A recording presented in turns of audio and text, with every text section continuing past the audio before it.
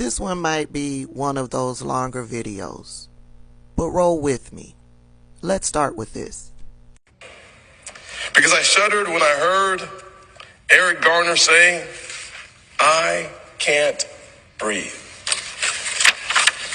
I wept when I watched Walter Scott turn and run away and get shot and killed from the back. And I broke when I heard the 4-year-old daughter of Philandro Castile's girlfriend tell her mother, "It's okay. I'm right here with you."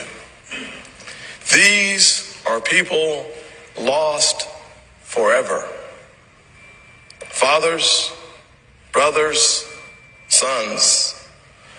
Some will say, maybe even scream, but they have criminal records. They were criminals. They spent time in jail. And while having a record should not sentence you to death, I say, okay then. I will share with you some of my own experiences, or the experiences of good friends and other professionals. I can certainly remember the very first time that I was pulled over by a police officer as just a youngster. I was driving a car that had an improper headlight. It didn't work right. And the cop came up to my car, hand on his gun, and said, "Boy, don't you know your headlight's not working properly?" I felt embarrassed, ashamed, and scared. Very scared. But instead of sharing experience after experience, I want to go to a time in my life when I was an elected official and share just a couple of stories as an elected official. But please remember that in the course of 1 year, I've been stopped 7 times by law enforcement officers. Not 4, not 5, not 6, but 7 times in 1 year as an elected official. Was I speeding sometimes? Sure. But the vast majority of the time, I was pulled over for nothing more than driving a new car in the wrong neighborhood or some other reason just as trivial.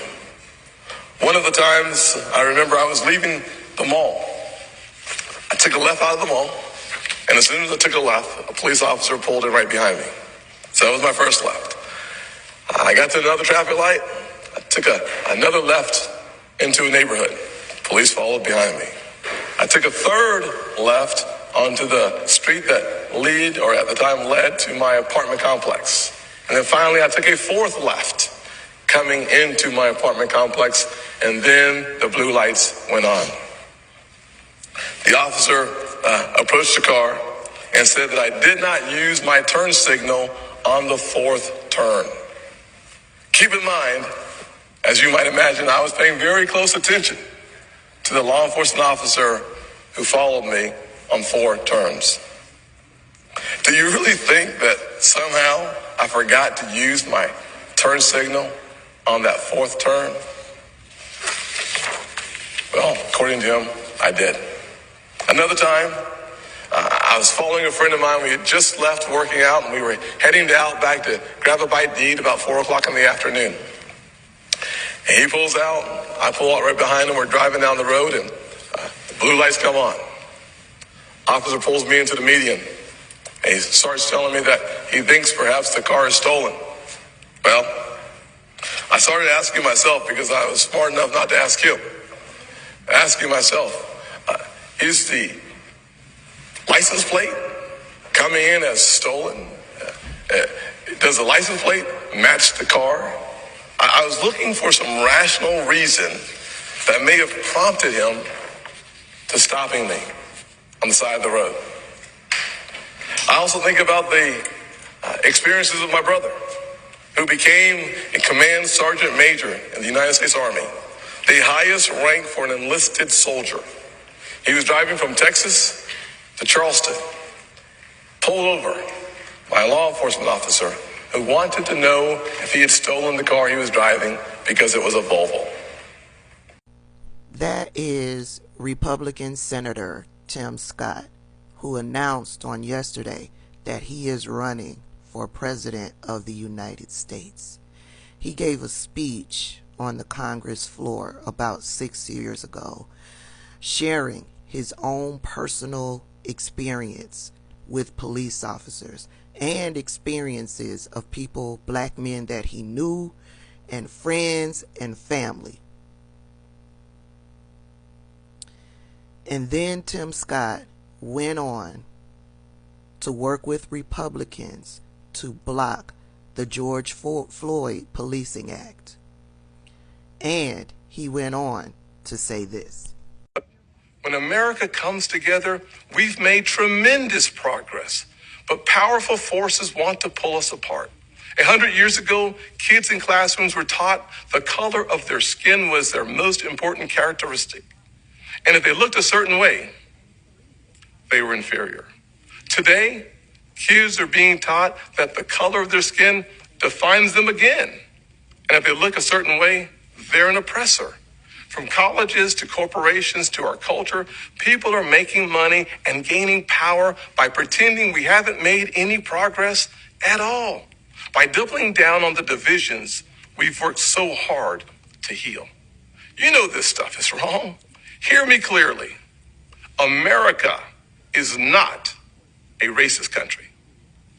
It's backwards to fight discrimination with different types of discrimination.